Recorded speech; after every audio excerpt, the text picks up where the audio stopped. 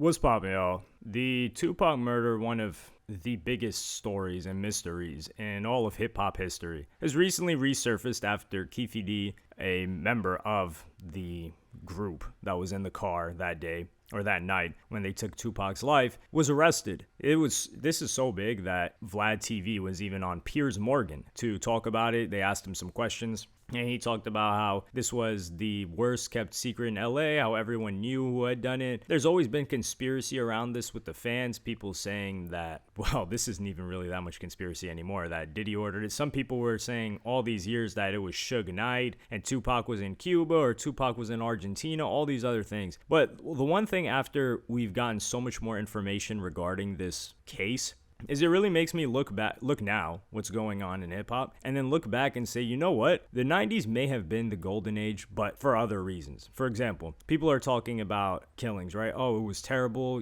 Pac died, Biggie died, some other people passed away too, but that is nothing. In the 90s, there were nowhere near as many deaths of prominent or upcoming rappers as there have been in the past 7 to 8 years of hip-hop now. I mean, XXXTentacion was killed, Juice WRLD passed away in a tragic event. Who else? Lil Peep as well. He was coming up. He was going to be pretty big, even though I wasn't too fond of his music. Multiple people, PNB Rock, all of these other people that either were popular, were going to be very popular, and they just either died, whether it was, Pop Smoke. How could I leave that one out? Like massive stars that are just left and right passing away. Mac Miller as well. So it's way darker of an era now. But the golden age that I'm talking about is in specific regards to this Tupac case where everyone knew who did it. The guy, Orlando Anderson, I don't know if he was killed or if he died somehow later on, but everyone involved, Suge Knight, who was shot, knew who did it. His enemies knew who was involved, and nobody told on anybody. I mean, Keefe D did give a proffer, which he was talking about, and this all stemmed, or people are saying that this stemmed from Vlad TV interviews because it started to resurface more, and Vlad said he got it from his book. Now, if we're to take into consideration, the best place you could hide sensitive information is in a book. People aren't going to pick up something and read, and if they read it, they're not going to push it out there very far, and it's not going to reach a mass audience, so much so that the police are like, okay, we got to look into something.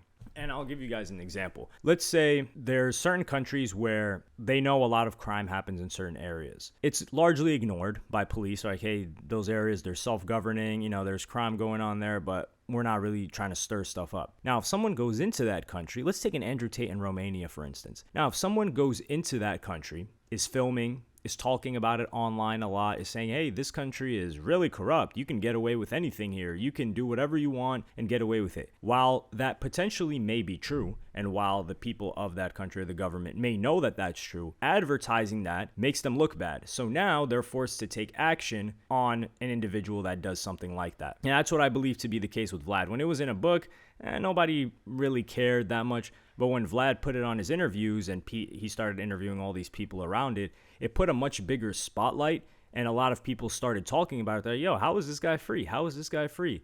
And then eventually it probably spurred the Las Vegas Police Department to do something about it and to pick him up after so long. Now, do I think Vlad was in the wrong for this? No.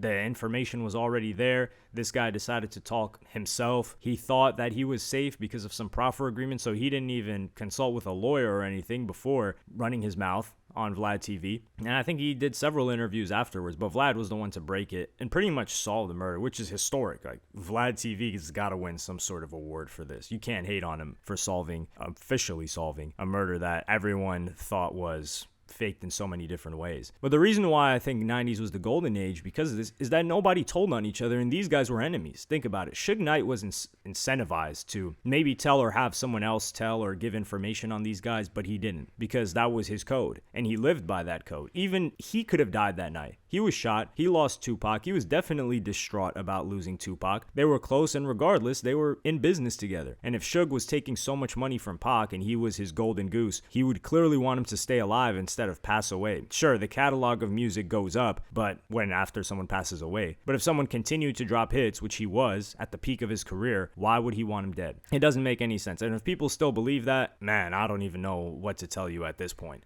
you've got to get something checked out. So nobody tells on each other, yet now we have people telling on everybody. We have people telling on their mans, we have people telling on their enemies, just what we're seeing in the YSL case. And we have people coming back from telling, and they're welcomed with open arms, and nobody cares. And now it's all about, man, if you told but you got money, it's all cool. Like all of these other figures. I don't like to get too much into it because this like politics stuff with this telling thing is just, it's ridiculous. And really, I have no involvement, so I don't care about it. But it's just an honor thing. So even amongst enemies in this case with Suge and the people that killed Pac, there was still this element of, we don't cross this line. We've got this sense of honor.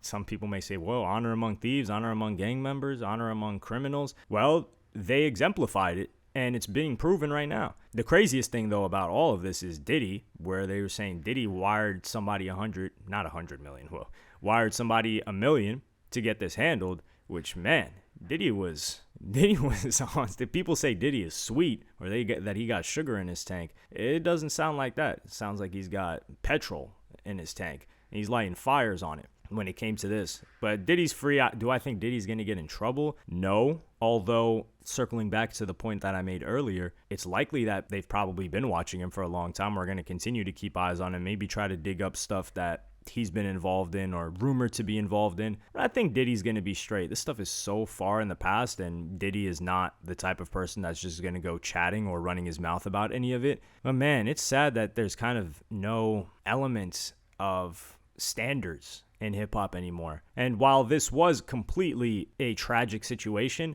it was tragic on all fronts with the violence. Suge Knight, he was already in trouble. They decided to jump some guy. They decide to get into a fight. Those guys decide to get back. It's split-second decisions that can completely change the course of someone's life or end someone's life, and that's exactly what that night was. And maybe people weren't able to grasp that or wrap their heads around it for so long, so that they decided to create all of these different conspiracy theories to make it make more sense to them. But we've got the story now, and it's simple. It's not understandable in the sense that we condone it, but you can understand step by step why everything escalated and why it led to the point that it led to. And it's unfortunate, and it could have been prevented, but at least they didn't tell on each other.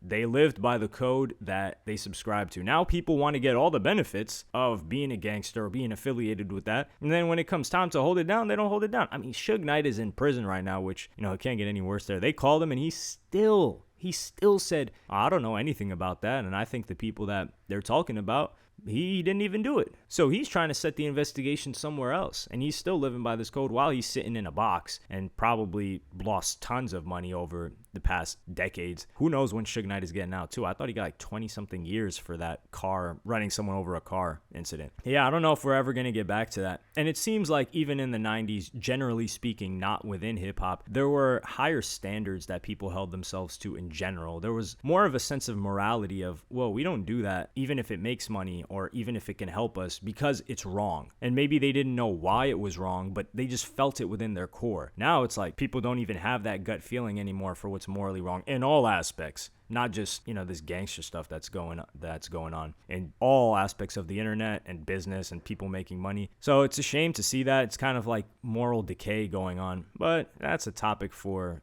offline. Let me know what y'all think about it in the comments. Do you think Suge Knight should have told? Yeah, in this case, the people that knew, that were on the opposite side, that were with Tupac, were they justified, or should they have told? Is that what you believe? Let me know. I don't really know the answer. So if I were to give you guys an answer, I would say I respect the fact that they didn't. If they did tell, I think it would be hypocritical. Now, the real question is, why did nothing bad happen for decades to these guys? And we don't know the answer to that. It was probably some even deeper behind the scenes stuff where leaders of certain groups were like, hey, we got to sit down and we got to make peace here and forget about this situation so things don't escalate and we can continue making money. And that's what I believe happened. Let me know what y'all think in the comments. Like and subscribe and hit the notification bell if you enjoyed. Follow me on Twitter and Instagram. Thank you for watching. Peace.